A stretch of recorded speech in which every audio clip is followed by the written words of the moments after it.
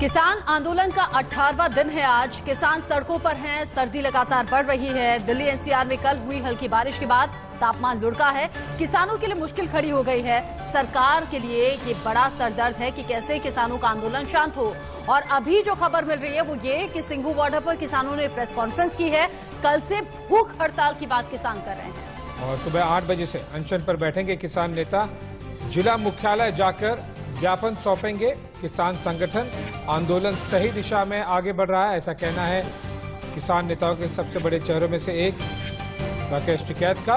और उन्होंने ये भी कहा है कि जो जहां पर है वहीं अनशन करेगा। तो वहीं एक तरफ सरकार लगातार कोशिश कर रही है, अपने बड़े बड़े मंत्री बड़े बड़े चेहरे उतारकर लगातार बातचीत चल रही है। वहीं दूसरी तरफ किसान संगठनों के जो आंदोलन हमें पिछले कई दिनों से देखने मिल रहा था, अब वो थोड़ा सा अलग रुख ले रहा है अनशन वाला। राकेश टिकैत ने क्या कहा है, आइए सुनाते हैं।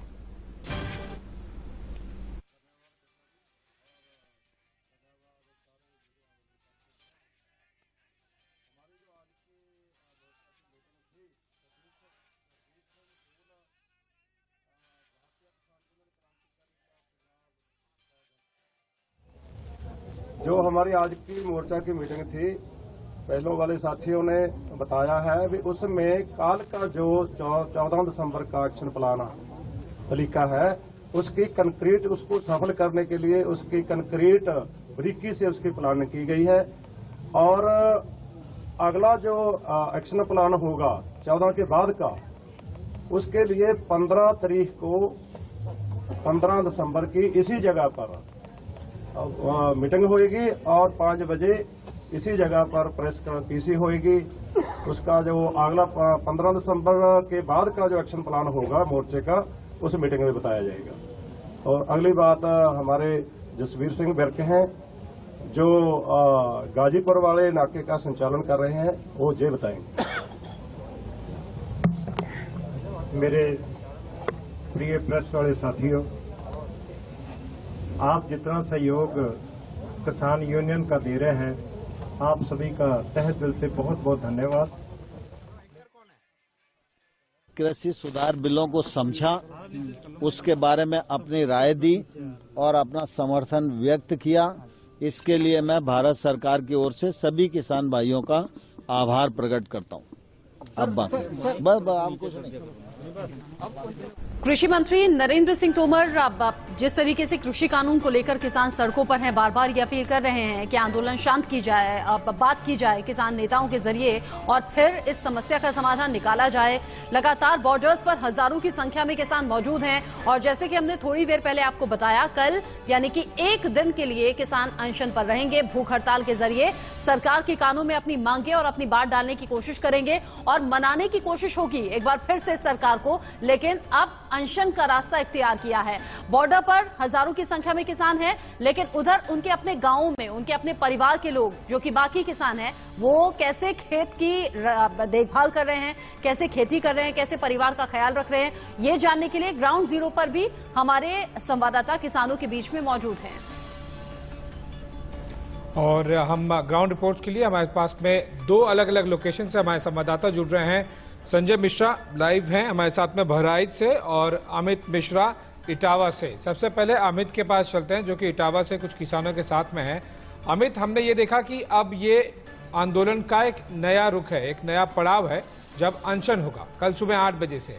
किस तरह से जो किसान गांवों में है वो इसे फॉलो कर रहे हैं, कम्युनिकेशन का मॉडल जरूर समझना चाहूंगा कि क्या किसान संगठन, क्योंकि कई संगठन है, अलग अलग संगठन किस तरह से ग्राउंड में गांवों में अपने अपने ग्राउंड जीरो पर ये कन्वे कर रहे हैं और ग्राउंड जीरो पर ये किस तरह से पालन हो पा रहा है। क्या सभी पार्टिसिपेट करते हैं या फिर वहां पर एक कुछ लोग ही वहां पर भी ग्राउंड जीरो पर पार्टिसिपेट करते हैं?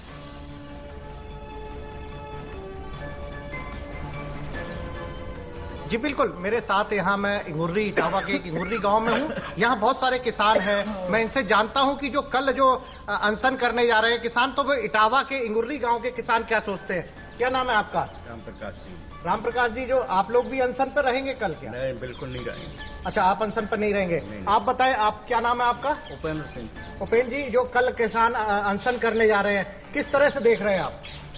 मैं इनको गलत तरीके से देख रहा हूँ। न तो इस तरह के अनशन की कोई आवश्यकता है और ना ही कोई इस तरह का बिल है जिसमें किसानों का कोई नुकसान हो रहा हो या विशेष कोई दिक्कत आ रही हो। इसमें ये प्रेरित है, राजनीति से प्रेरित है, जबरदस्ती कराया जा रहा है। किसान कोई नहीं गया। अभी हाईवे वगैरह जाम कर रहे हैं ये लोग। इस तरह की घटनाएं जो है देश के लिए अच्छी नहीं है, देश के लिए अच्छी नहीं है। तो ये आपने देखा है कि यहाँ के जो किसान हैं, इस इटावा के जो अन्नदाता हैं, किसान हैं, उनका कहना है कि अभी वो किसी तरह के कोई अनशन में नहीं है और सरकार की जो बिल है उसके समर्थन में दिखाई पड़ रहे हैं। मतलब इटावा के जो किसान हैं वो संतुष्ट नजर आ रहे हैं नए कृषि कानून को लेकर, और ऐसी कोई मांग नहीं है कि नया कृषि कानून रद्द हो या वापस हो। लेकिन बहराइच में किसान क्या सोचते हैं, संजय मिश्रा हमारे संवाददाता हमारे साथ जुड़ गए हैं। संजय, बहराइच के किसान नए कृषि कानून को कैसे देखते हैं?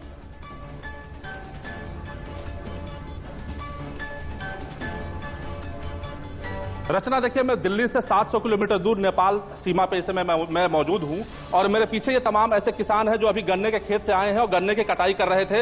इन किसानों से हम पूछ लेते हैं कि क्या कल से ये कोई आंदोलन करने जा रहा है, क्योंकि दिल्ली में आज 18वां दिन पूरा हो चुका है और किसान वहां बड़ा आंदोलन करने की चेतावनी और दे रहे हैं। तो इनसे पूछते हैं कि क्या इनके मन में है, क्या ये बताना चाहते हैं?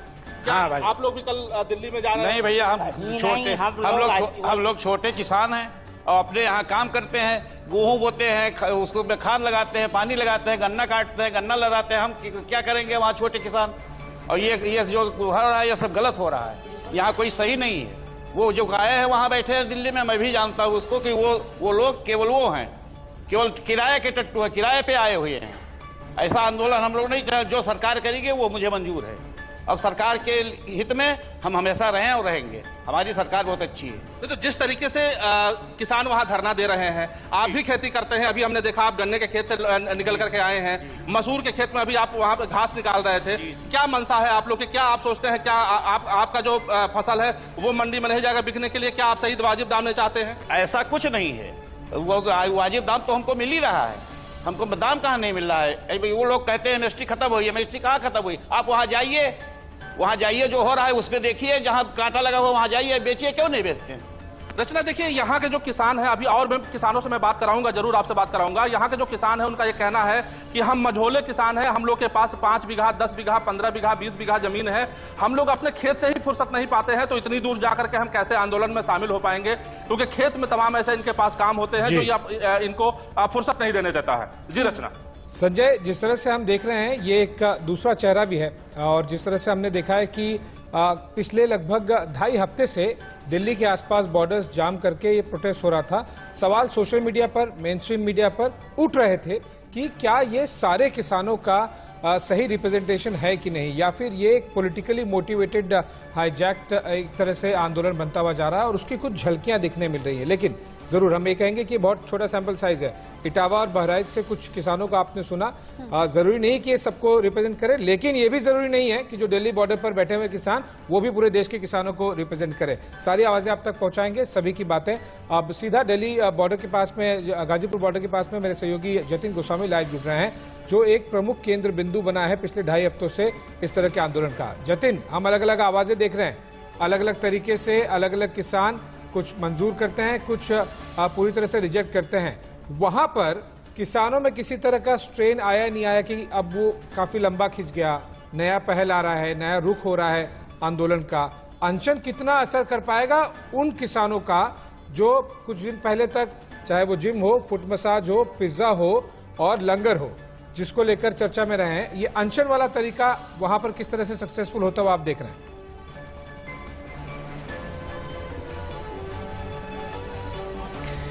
देखिए, क्योंकि 2.5 हफ्ते के करीब का वक्त हो गया है, तो वक्त छोटा नहीं होता है और जाहिर है सरकार नहीं सुन रही है। ऐसे में किसान लगातार अड़े हुए हैं। वो यही कह रहे हैं कि हम डटे रहेंगे। किसान, मैं दिखा देता हूं आपको, देखिए ये एक पतला सा टेंट है, यहाँ पर अब उसे लगा लिया गया है और ऊपर भी मैंने अभी थोड़ी देर पहले देखा कि हवा भी चल रही थी, जो कानों में महसूस भी होने लगी है। यानी कि आप समझ सकते हैं कि शीत लहर का जो असर है वो निश्चित है कि दिल्ली एनसीआर पर पहुंच गया है। सीधे इनसे बात कर लेंगे कि ये इस विषय पर क्या सोचते हैं, जो हम दोनों एस्पेक्ट इसके दिखा रहे हैं, दोनों पहलू इसके दिखा रहे हैं। आपसे जानना चाहेंगे, कुछ जगहों पर सोशल मीडिया पर भी और तमाम जगहों पर अलग अलग तरह की बातें हो रही हैं। आपके आंदोलन को लेकर भी अब क्योंकि 2.5 हफ्ते का वक्त बीत गया है, अलग अलग तरह की बातें हो रही हैं। कुछ किसान ऐसे भी सामने आए हैं जिनका यह कहना है कि हम तो खेतों में काम कर रहे हैं, हम किसी आंदोलन का हिस्सा नहीं। क्या प्रतिक्रिया है आपकी? किसान तो ज्यादातर यही हैं, किसान खेतों पर कहाँ हैं? खेतों पर तो किसान जो रहेगा ही, आधे यहाँ रहेंगे आधे खेतों पर रहेंगे, खेती भी करनी है और आंदोलन में लड़ना। यानी आप ये कह रहे हैं कि दोनों चीजें संभालनी है, इसलिए कुछ किसान वहाँ पर हैं। कुछ किसान घर पर हैं इस बार। कितना असर होता हुआ दिख रहा है आपके इस आंदोलन का, क्योंकि एक लंबा वक्त होता है 2.5 हफ्ता करीब? तो असर तो ये दिख रहा है कि किसान जम रहे हैं और जमे रहेंगे जब तक ये मानना है। क्या प्रतिक्रिया है आपकी इसी मेरे सवाल पर कि कुछ किसान खेत पर हैं? दोनों पहलू जरूर नजर आ रहे हैं इस पूरे मामले के। आप लोग यहाँ है, वो कह रहे हैं हम आंदोलन का हिस्सा नहीं है। खेत भी जरूरी है, आंदोलन भी जरूरी है। असर कितना इस आंदोलन का? कुल मिलाकर अब सवाल उठ रहा है, किस पे असर? इस आंदोलन का असर सरकार पर कितना? सरकार पे हो है ना, हम पे तो है, हम पे तो असर है। हम गांव में भी हैं, खेत में भी हैं, यहाँ भी हैं। जतिन, इन किसानों का कहना है कि कुछ गांव में हैं और कुछ बॉर्डर्स पर हैं, हम यहाँ आंदोलन का हिस्सा बने हुए हैं। लेकिन अब से थोड़ी देर पहले जो हमने अनशन की बात सुनी, जो जहाँ पर है वो वहीं पर रहकर अनशन करेगा। अनशन किस तरीके से होगा, कितने वक्त के लिए होगा, अनशन को लेकर बात कीजिए, क्योंकि हर उम्र के किसान हैं, कैसे भूखे रह पाएंगे। शीतलहर चल रही है, ठंडी हवाएं अब चलनी शुरू हो गई हैं, जैसे आपने कहा टेम्परेचर डाउन हुआ है, किसी की तबीयत खराब हुई तो?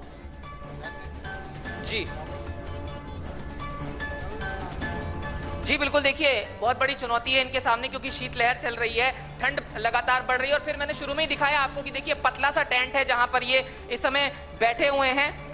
आपसे सवाल यही है कि अनशन के मायने क्या हैं, क्योंकि भूख हड़ताल की भी बात लगातार आ रही है और तमाम चीजें बात आ रही हैं। और मैं एक चीज आपको दिखा दूं, देखिए पीछे एक बुजुर्ग किसान है, वो कुछ बताना चाह रहे हैं कि वो वहां पर बैठे हुए हैं।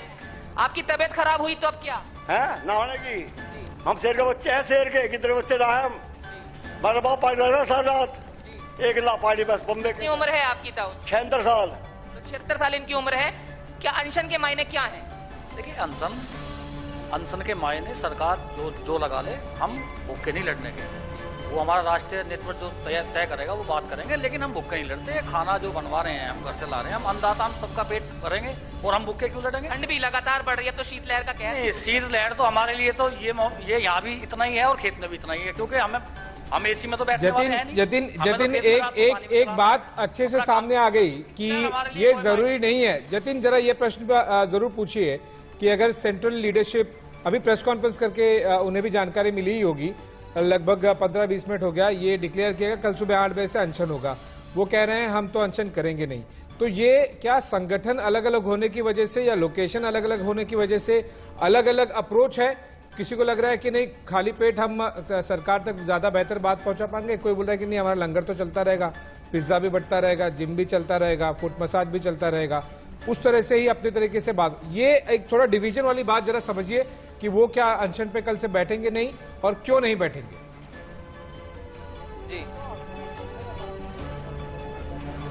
जी देखिए, फिर दो पहलू की बात आ रही है। कुछ किसान कुछ हिस्सों में ये कह रहे हैं कि वो अनशन पर नहीं रहेंगे। यहाँ क्या अनशन होगा? क्या यहाँ लंगर चलता रहेगा या फिर अनशन होगा? और क्या आपको लग रहा है कि कुछ बट रहा है ये आंदोलन? ऐसा तो नहीं लग रहा है?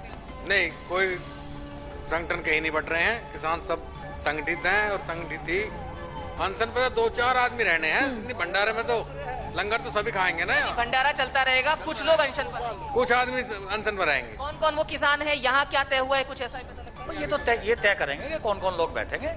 10 लोग बैठे, 5 लोग बैठे। अच्छा, मतलब जो हजारों की संख्या में किसान हैं वो सभी के सभी अनशन पर नहीं बैठेंगे। और हो भी सकता है जतिन कि शायद उम्र के लिहाज से भी कुछ किसानों को अनशन न करने के लिए कहा गया हो, इन्हीं के अपने किसान नेताओं के जरिए।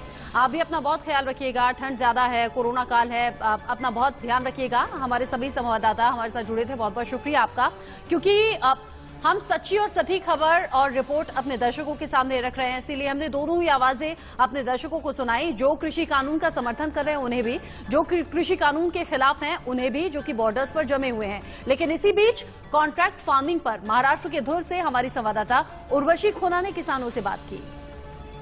कॉन्ट्रैक्ट फार्मिंग के खेत में आपको बताने के लिए कि आखिरकार कॉन्ट्रैक्ट फार्मिंग ये क्या होता है। जी हाँ, इंडिया न्यूज आज महाराष्ट्र के मुंबई से 300 किलोमीटर की दूरी पर पहुंच गया है, धुले डिस्ट्रिक्ट के नजदीक। धुले डिस्ट्रिक्ट के भी थोड़े से पहले अगर हम बात करें तो ये आरवी गांव है जिधर हम पहुंचे हैं, जहां पे कॉन्ट्रैक्ट फार्मिंग जो होती है ये भेंडी यानी कि ओकरा की होती है।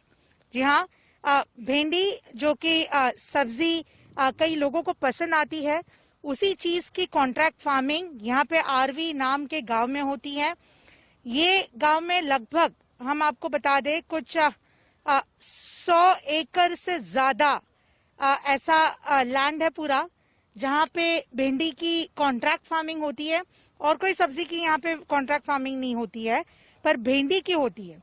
मैं आपको ये भी बता दूं कि जब हम कॉन्ट्रैक्ट फार्मिंग को लेकर ढूंढ रहे थे लोगों को, किसानों को, कौन करता है, किस तरह से होता है, ये थोड़ी सी दिक्कत इसलिए थी जिससे हमें पता चला कि लोगों को अब तक कॉन्ट्रैक्ट फार्मिंग ये मालूम ही नहीं है।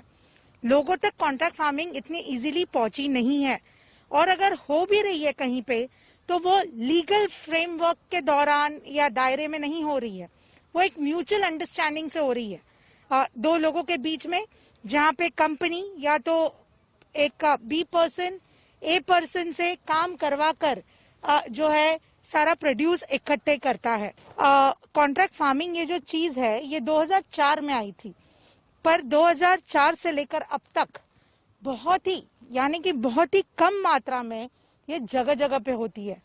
कितने तो ऐसे किसान हैं जो दशकों तक फार्मिंग कर रहे हैं, खेतीबाड़ी कर रहे हैं, पर उन्हें फिर भी कॉन्ट्रैक्ट फार्मिंग के बारे में पता नहीं है। तो कॉन्ट्रैक्ट फार्मिंग को लेकर जानने के लिए हम किसानों से बात करेंगे। आइए इन सारे किसानों से बात करेंगे।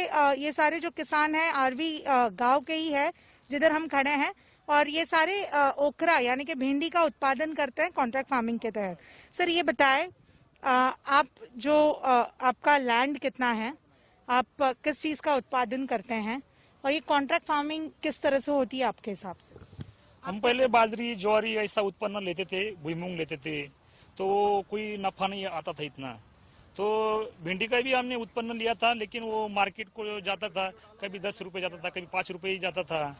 तो अभी ये 25 रुपए हमारे कंपनी ने लिया है, ये सब माल लेती है और हमें अच्छा नफा आ रहा है, और हमें एकड़ में 1 से 1.5 लाख रुपए तक मुनाफा मिलता है।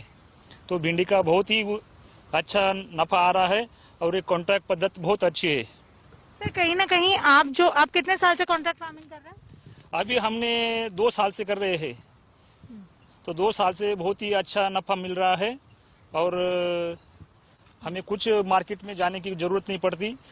कंपनी वाले सीधे अपने खेत में आते हैं और यहाँ से ही माल लेके जाते हैं, और हमें किसी की गाड़ी नहीं मिलती थी कभी कभी, तो कभी कभी मार्केट में जाकर कभी बारिश में तो बहुत तकलीफ होती थी, लेकिन अभी तो बहुत अच्छा हो रहा है।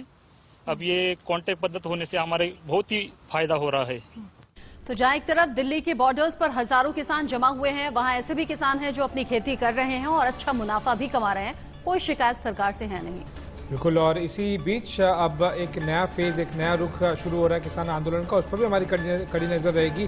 जिस तरह से अनशन वाली बात अब कल से सामने आई है, जो किसान अब तक रेल रोको, सड़क रोको और इस तरह के आंदोलन थे, अब वो अनशन वाले फेज में आ गए हैं। इस पर भी हम आपको लगातार अपडेट देते रहेंगे।